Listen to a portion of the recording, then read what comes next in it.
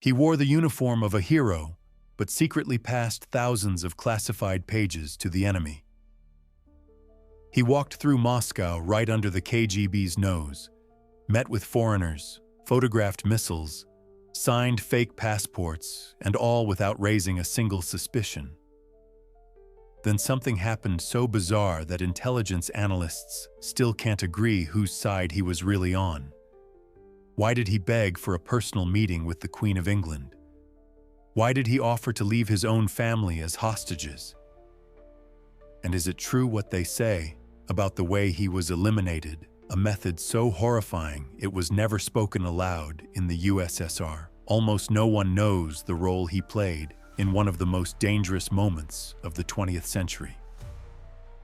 If you think you know the truth about the Cuban Missile Crisis, you're wrong. The darkest and most shocking part is at the end. Watch until the end. Don't forget to like, leave a comment, and subscribe. You are not here by accident. Moscow's surveillance apparatus in 1961 was suffocating. Every Western diplomat lived under constant watch. The British Embassy alone had 50 KGB operatives tracking its staff around the clock. Among their primary targets was Roderick Chisholm, officially the second secretary of the consular department. Unofficially, he was MI6's Moscow station chief. 3 cars minimum followed his every movement. His wife Anna faced the same scrutiny. December 30th, 1961, Anna Chisholm makes her way to Moscow's Central Market. Red apples, a winter rarity, catch her attention. She purchases them, then walks leisurely down Mali Sukharevsky Lane. She enters building number 11. Minutes pass, she emerges. Then something unexpected happens. A middle-aged man exits the same building. KGB operative Boris Nikolaev notices him immediately. The stranger moves with calculated precision, not hurried, but purposeful. He crosses to the opposite side of the street with the fluid movements of someone trained to disappear. Professional, Nikolaev would later recall. He knew exactly how to lose surveillance. But who was he? 3 weeks later, the same pattern repeats. Anna Chisholm enters another building near the Arbat. The mysterious figure appears again, then boards a trolleybus at precisely the right moment. This time, KGB vehicles manage to follow. When Moscow's counterintelligence finally identified the man, their astonishment was complete. His official biography appeared flawless. He held a prestigious position as Deputy Director of External Relations at the State Committee for Science and Technology. His job required regular contact with foreigners. Yet beneath this respectable facade lay something far more significant. The man from the lane was Colonel Oleg Penkovsky, Soviet military intelligence officer, decorated war veteran, and apparently the most valuable Western operative inside the USSR. How had someone so thoroughly vetted slipped through every security screening? Oleg Vladimirovich Penkovsky seemed destined for greatness within the Soviet system. Born in 1919, he graduated from Kiev Artillery School in 1939. During the Great Patriotic War, he commanded anti-tank artillery units, earning decorations for valor. But Penkovsky possessed something beyond military skill. He understood how to cultivate powerful connections. In 1942, he formed a relationship with General Lieutenant Dmitry Gaponovich. Soon after, romance blossomed with the general's daughter. By 1946, 27-year-old Penkovsky had married 18-year-old Vera Gaponovich. The general became his most influential patron. Another crucial alliance emerged during the war. Penkovsky served as aide-de-camp to artillery commander Sergei Vorontsov of the First Ukrainian Front. Being an aide-de-camp meant constant proximity to the commanding officer, handling both official duties and personal matters. These connections opened doors others could never access. With backing from both Gaponovich and Vorontsov, Penkovsky gained admission to the prestigious Frunze Military Academy in '45, followed by the Military Diplomatic Academy, the training ground for military intelligence officers. By 1955, his trajectory seemed unstoppable. Posted to Turkey as deputy GRU resident, foreign assignments represented the pinnacle of Soviet intelligence careers. Only the most trusted specialists received such opportunities. For 36-year-old Colonel Penkovsky, this assignment should have launched him toward general's stars. Instead, everything began unraveling. Reports emerged of conflicts within the station. Some sources suggest he wrote anonymous letters to local counterintelligence, attempting to eliminate his superior and claim the resident position. The operation was canceled at the last moment. Soon after, Moscow recalled Penkovsky and dismissed him from service entirely. But Marshal Vorontsov refused to abandon his former aide. Through his intervention, Penkovsky was reinstated and even considered for resident positions in India. However, personnel departments, remembering the Turkish incident, blocked his return to active operations. Instead, they placed him under the protective cover of the State Committee for Science and Technology. By Soviet standards, this represented prestigious work. The committee earned 450 rubles monthly, nearly 6 times the national average salary. He could travel abroad and maintain his comfortable lifestyle. Yet deep inside, Penkovsky believed he deserved far more. What transforms a decorated officer into a traitor? Soviet counterintelligence would later construct a psychological profile, an ambitious careerist who loved comfort and the finer things in life. But was it really that simple? April 1961. British businessman Greville Wynne arrives in Moscow on another commercial trip. Wynne represented several steel, foundry, and electrical companies across Eastern Europe and the USSR. His frequent visits to the Soviet Union appeared perfectly legitimate. During this trip, Penkovsky made his move. He approached Wynne with an envelope containing his proposal to collaborate with foreign intelligence services. Wynne, an honest businessman suddenly thrust into the world of espionage, faced an impossible choice. He agreed to pass the message to British authorities. MI6 immediately contacted the CIA.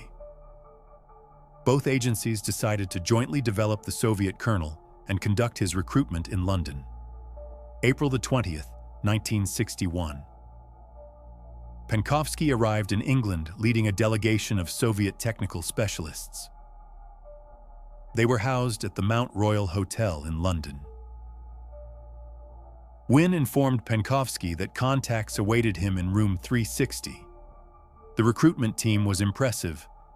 MI6 officers Michael Stokes and Harold Shergold, alongside CIA operatives Joseph Bulik and George Kiesewetter.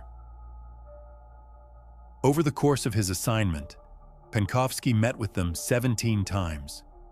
He signed cooperation agreements with both services and immediately began providing classified information. His access was extraordinary. Ballistic missile positions throughout the Soviet Union, cutting-edge military-industrial developments, particularly in rocket technology. As an artillery specialist, he provided precisely the intelligence Western analysts desperately needed. But Penkovsky offered more than just technical data.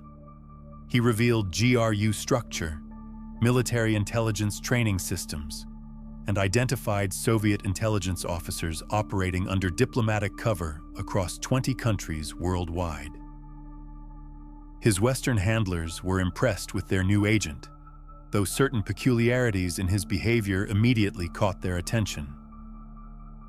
Penkovsky proposed fantastic schemes, such as placing nuclear devices in Moscow's Gastronome No. 40, located near KGB headquarters.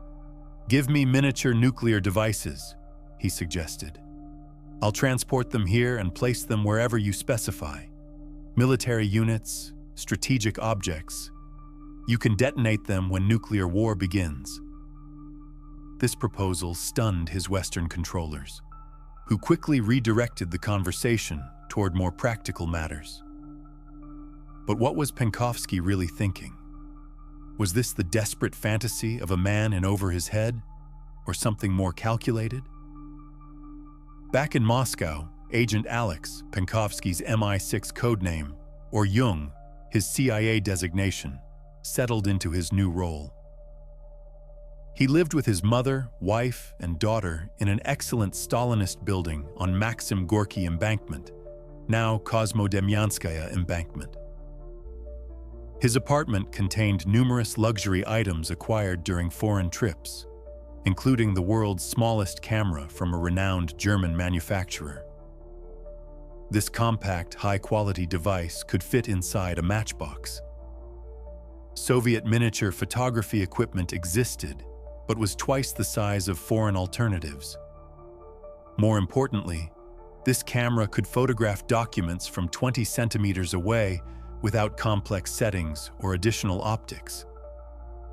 For Penkovsky, this was essential, because he brought all this equipment home not to create a personal exhibition of foreign consumer goods, but to secretly photograph classified documents. He also possessed a transistor radio for receiving and decoding MI6 transmissions. His call sign was 163. At first glance, this appeared to be an ordinary commercial receiver. However, it contained a special converter that transformed Morse code signals into digital format. Using special numerical tables, he could then translate these into readable messages. Penkovsky always concealed these materials, tables, code books, camera film, in his locked desk drawer. After returning to Moscow, he developed unprecedented espionage activity. By the end of May, he had already photographed 20 rolls of classified documents. These miniature cassettes, each capable of dozens of exposures, remained inside the camera until full. Penkovsky would collect the completed cassettes in a secure location, then pass them to Wynne during their meetings, who would transport them to London via the British Embassy. During July and September '61, Penkovsky traveled on official business to London and Paris. He transported 31 films abroad total, never fearing border inspections. The USSR maintained several types of foreign passports: red general civilian ones, blue for government employees on official trips, and green diplomatic versions. Holders of blue and especially green passports enjoyed special border crossing privileges. Without explicit orders from above, they were never subjected to searches. Penkovsky carried a blue passport. Naturally, no one would search a GRU colonel traveling abroad on official business with such documentation. But his most valuable intelligence came through personal connections, particularly his relationship with Marshal Sergei Vorontsov. During one conversation, Vorontsov mentioned traveling to Arkhangelsk. Arkhangelsk housed what is now known as Plesetsk, the 1st Strategic Rocket Forces Division. This represented exactly the kind of intelligence Western services craved. Yet as Penkovsky's espionage activities intensified, KGB counterintelligence was closing in. The careful game of shadows was about to end. By March '62, multiple KGB departments were investigating Penkovsky. Beyond General Gribanov's 2nd Main Directorate, military counterintelligence from the 3rd Main Directorate and external surveillance teams had joined the operation. This significantly accelerated the investigation of all contacts and connections. Special attention focused on British businessman Greville Wynne. According to Wynne's passport preserved in Penkovsky's case file, he regularly visited the USSR. During these trips, he met with the colonel, but such contacts fell within Penkovsky's official responsibilities. He was required to conduct operational development of foreigners, including assessment of potential recruitment possibilities. More concerning was Penkovsky's access to classified GRU and Defense Ministry libraries. However, this too represented part of his legitimate work duties. Counterintelligence agents began carefully studying his lifestyle, where every detail mattered. Moscow's early 60s allowed affluent citizens to lead quite comfortable lives. Restaurants enjoyed great popularity, though gaining entry required either waiting in long queues or bribing doormen with 3-ruble notes. Penkovsky's red identification booklet, his colonel's credentials, always solved these problems. He frequented the finest establishments, where top professional chefs prepared elaborate dishes. He wasn't greedy, but loved elegant blondes. Once, he dramatically drank champagne from his companion's shoe to restaurant applause. In February '62, the Penkovsky family welcomed a second daughter. However, he continued preferring his dissolute lifestyle, explaining his frequent restaurant visits to his wife as simply work requirements.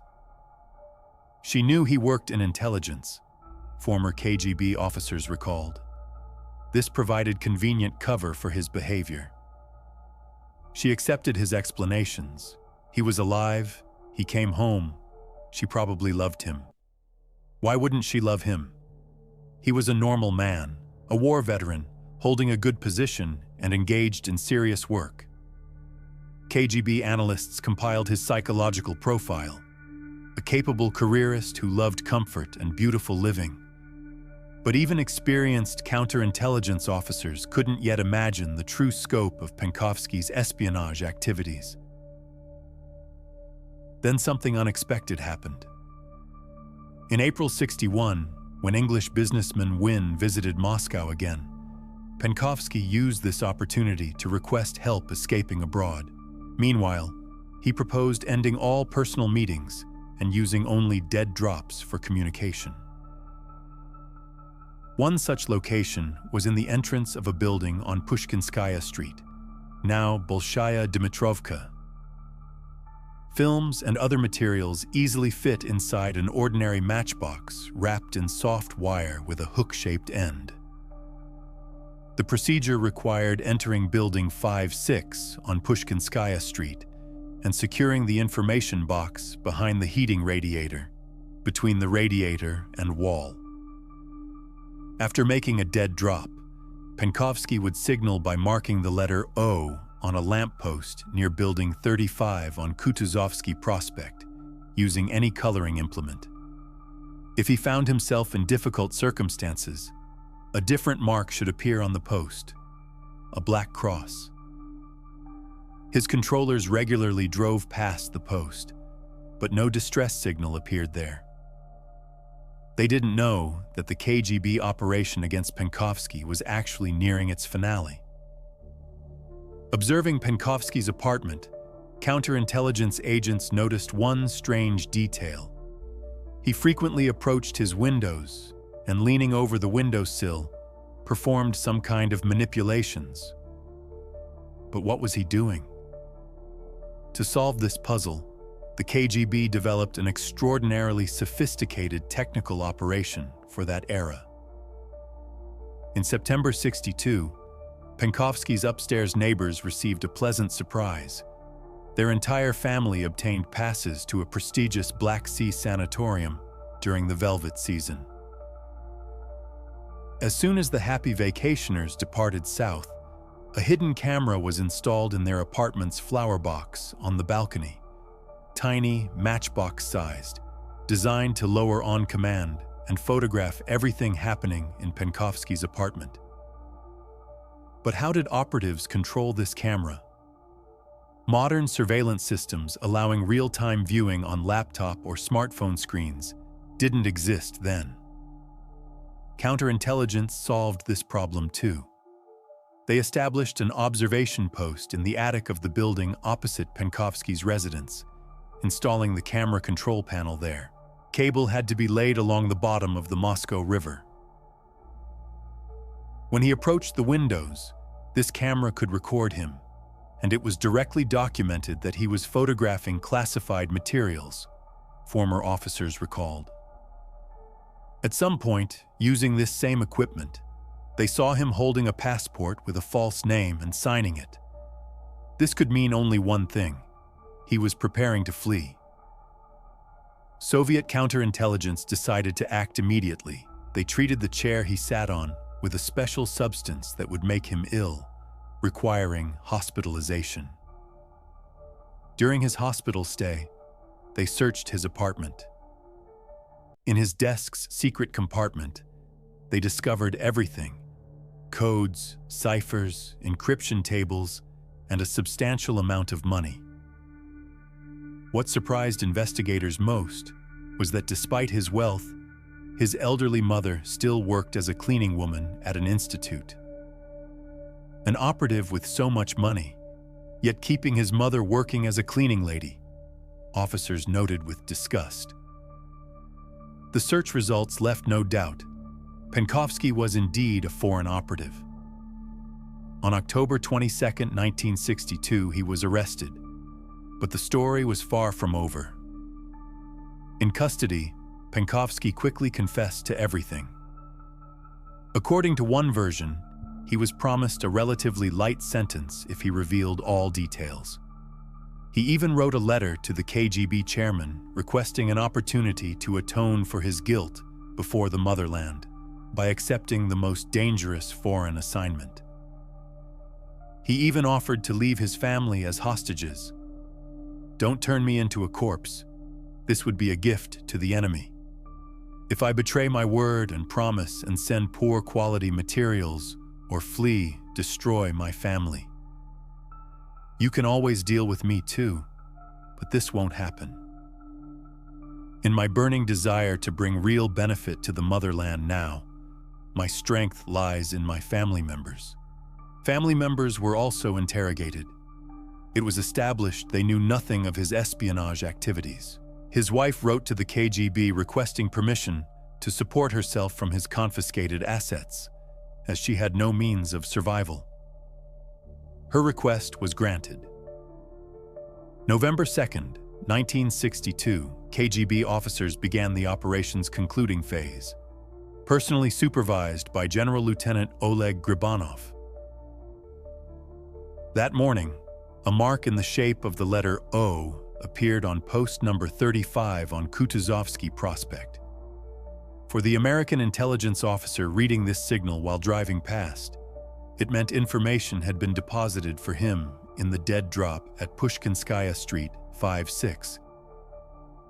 That same day, CIA operative Richard Jacob, also working at the U.S. Embassy, attempted to retrieve materials from the hiding place. He was caught red-handed. Almost simultaneously, Hungarian security services, at the KGB's request, arrested Greville Wynne in Budapest. The judicial process began May 7th at 10 o'clock in the morning. Wynne sat alongside Penkovsky in the defendant's dock. Penkovsky fully acknowledged his guilt, admitting he had chosen to work with both intelligence services simultaneously rather than selecting one. The trial was filmed for a documentary, though many details of Penkovsky's case weren't disclosed. The proceedings weren't entirely open. Some aspects remained classified. The court didn't mention the names of Chief Marshal of Artillery Vorontsov or GRU Chief Serov. Both were stripped of awards and demoted for loss of vigilance. Serov was also removed from his GRU leadership position. Where can one find a measure for the severity and vileness of the crimes he committed? The prosecutor demanded. May 11, 1963, at 4:05 p.m., the USSR Supreme Court Military Collegium delivered its verdict. Wynne received 8 years imprisonment. The traitor Penkovsky was sentenced to execution. During 18 months working for the British and Americans, Penkovsky transmitted 5,500 classified documents, totaling 7,650 pages. Due to personal grievances and mercenary goals, he inflicted enormous damage on his country. In the USSR, his name became synonymous with betrayal. Abroad, within several years, they would attempt to transform him into a legendary figure, calling Penkovsky an ideological fighter for freedom and peace who wanted the West to know about Soviet military plans. Some even called Penkovsky a world savior, claiming he provided Americans with data about Soviet missiles in Cuba, thus preventing nuclear apocalypse. But this version doesn't withstand scrutiny. Khrushchev's decision to deploy nuclear-armed missiles to Cuba was made May 24, 1962, when Penkovsky had already been under investigation for 3 months. He couldn't possibly have known about this operation. In 1964, Greville Wynne was exchanged for Soviet intelligence officer Konon Molody, arrested in England. Various legends still circulate about Penkovsky's final fate. One claims he was burned alive in a crematorium, filmed for posterity, then shown to young GRU officers as a warning. But these are merely myths. After sentencing, he filed an appeal for clemency, which was rejected. The final point in Penkovsky's life came with a gunshot in Butyrka prison on May 16, 1963. Agent Alex, also known as Jung, never managed to place the black cross on the lamppost that would have signaled he was under threat. The operative who might have changed history had run out of time.